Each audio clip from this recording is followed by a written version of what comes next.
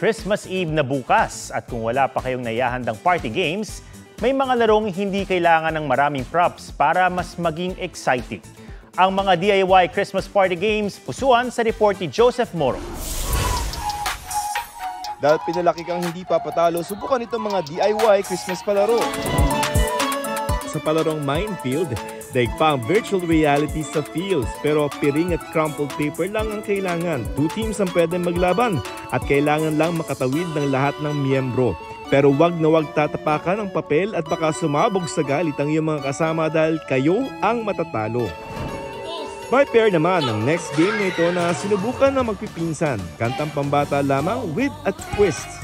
Head, shoulder, knees at unahan sa pagkuha ng baso. Simple lamang pero parang World Cup. Dagdagan lamang ng plato, let's play tic-tac-toe pero 3D at pabilisan ng laro. Unang makapwesto, mas may chance bumingo. Kaya kahit panahon ng bigayan, tiyak hindi papatalo ang mga matindi ang pangangailangan. Joseph Morong nagbabalita para sa GMA Integrated News. Huwag magpahuli sa mga balitang dapat niyong malaman. Mag-subscribe na sa GMA Integrated News sa YouTube.